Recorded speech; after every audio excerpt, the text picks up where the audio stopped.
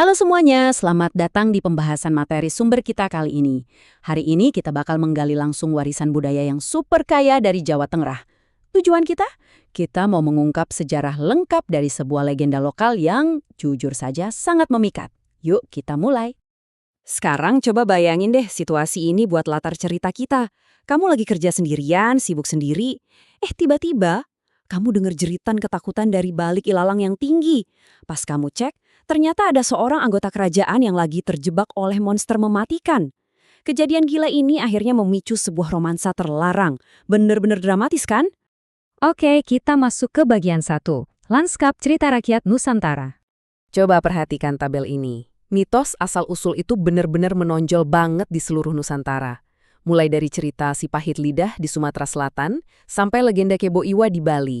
Nah, cerita-cerita rakyat ini pada dasarnya adalah data tradisional yang dipakai sama masyarakat zaman dulu untuk ngejelasin geografi wilayah mereka yang macam-macam. Keren banget ya, ini bukti nyata kekayaan literatur lisan kita. Lanjut ke bagian 2. Akar dari Batu Raden. Nah, dari sekian banyak legenda tadi, materi kita ini menambatkan sejarah lengkapnya dengan sangat kuat di satu wilayah spesifik, yaitu di Banyumas, Jawa Tengah. Tepatnya di sebuah tempat yang sekarang kita kenal sebagai Batu Raden. Tempat ini bukan cuma sekedar titik di peta loh, tapi benar-benar panggung utama dari legenda besar Suta dan Sang Putri. Masuk ke bagian 3. Sang Pelayan dan Sang Putri. Setiap cerita butuh karakter utama kan? Di sini di satu sisi kita punya Suta. Dia ini cuma pelayan kadipaten biasa yang tugasnya ngelakuin pekerjaan kasar kayak ngebersihin rumput. Nah, di sisi sebaliknya ada Sang Putri, figur kerajaan dengan kedudukan sosial paling tinggi di sana. Ini ibarat bumi dan langit. Jelas banget ini udah nyiapin panggung buat benturan dramatis dari dua dunia yang luar biasa berbeda.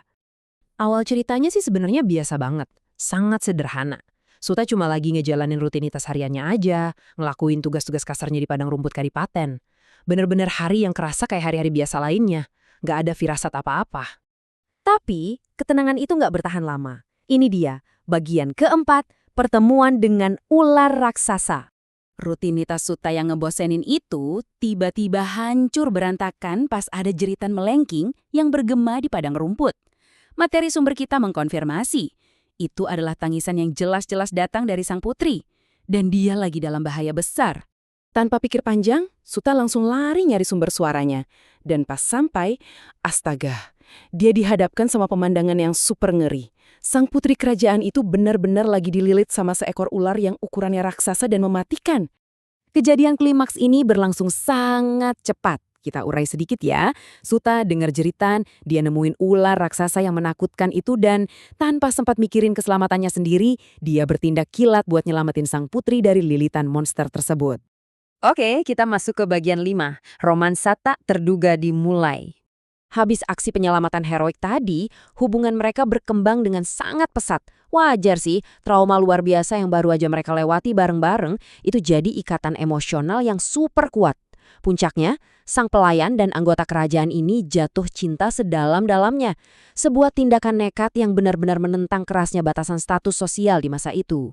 Nah, setelah mereka berhasil selamat dari cengkraman ular raksasa, kita ditinggalkan dengan satu pertanyaan besar yang cukup provokatif buat kamu pikirin. Kira-kira, bisakah romansa terlarang mereka ini bertahan hidup menghadapi aturan sosial Kadipaten Jawa Tengah yang tak kenal ampun? Ini nih inti dari sejarah lengkap legenda Batu Raden. Ini bukan cuma soal mitos monster, tapi soal perjuangan mati-matian melintasi batas sosial. Terima kasih udah ikut mendalami legenda yang menakjubkan ini bareng saya, dan semoga pembahasan ini bikin kamu makin penasaran buat mengeksplorasi cerita-cerita hebat lainnya.